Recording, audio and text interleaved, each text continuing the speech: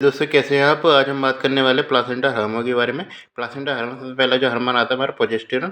Progesterone में क्या खास बात होती है? प्रोजेस्टेरॉन की शुरुआत में इसका डेसिडुआ फॉर्मेशन एक तरीके से उसमें एक तरीके से रोल होता है, एंडोमेट्रियम मेंटेनेंस में रोल आता है।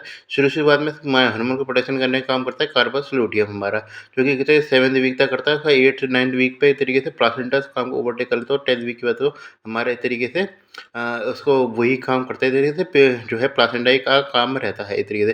प्रोजेस्टेरॉन हार्मोन के सिक्रेशन के लिए जो माल मटेरियल आता है तरीके कोलेस्ट्रॉल जो होता है यूज वही तरीके मेटानॉल किया जाता है, क्योंकि उसको सिंथेसाइज करने के जो हार्मोन होता है प्लासेंटा में प्रेजेंट होता है, जिसके कारण हम क्या प्लासेंटा सिंथेसाइज करता है फीटल को मिलता है तरीके से। मेटानॉल से फीटल की तरफ गति चलती है तरीके से जो है एक तरीके से जो है माल मटेरियल की। देखिए ईस्ट्रोजन का जो केस होता है, ईस्ट्रोजन के काम में बता चुका हूँ ये तरीके से।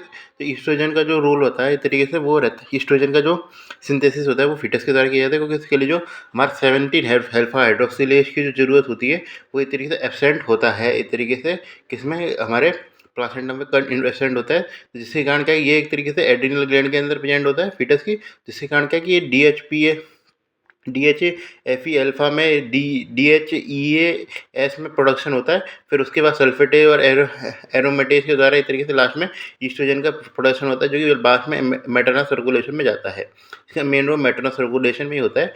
इस तरीके इसके स्पेसिफिक रहते हैं इस तरीके से, क्योंकि वैसे भी नॉर्मल स्टेटमेंट में मिलते ही, लेकिन कुछ स्पेसिफिक रहते हैं, जैसे एस्ट्रियोल हुआ और इस तरीके से स्टेरियोल होता है। ये दोनों स्पेसिफिक रहते हैं हमारे ईस्ट्रोजन, जो कि प्रेगनेंसी के टाइम पे ही देखने को मिलते हैं। ये उसके अलावा बात करते हैं एससीजी का रोल रहता है। एससीजी जो उसका जो मेन जो काम होता है एससीजी का, वो कार्पस ल्यूटियम को मेंटेन करने का काम होता है, टेस्टोस्टेरोन को प्रोडक्शन करने का काम होता है, उसके अलावा थायराइड को स्टिमुलेशन करने का काम होता है। इसका जो मेन चीज़ आपको याद रखना है, इसका जो सिस्टम होता है इस तरीके से वो कैसे चलता है। तो ये जो होता है हमारा 8th week of 8th day of fertilisation पे दिखाई देता है। उसके बाद क्या है इसकी डबलिंग रहती है, ज़्यादातर इस डबल लेवल पर ग्रो करता है यदि इस तरीके से इस बार इंटरयूटेराइन प्रेगनेंसी हो। और ये तरीके से मैक्सिमम कब पहुंच जाता है हमारे 10th वीक पे एक तरीके से मैक्सिमम पहुंच जाता है। फिर उसका क्या डिक्रीज करता है और 16 वीक पे एक तरीके से ये मिनिमम लेवल पे पहुंच जाता है। ये लास्ट जो हार्मोन आता है हमारा आता है ह्यूमन HPL आता है, जिसका जो मेन काम होता है वो होता है हमारा जिसकी हाई लाइफ थोड़ी सी कम होती है, तो 15 मिनट की होती है इतनी हाई लाइफ।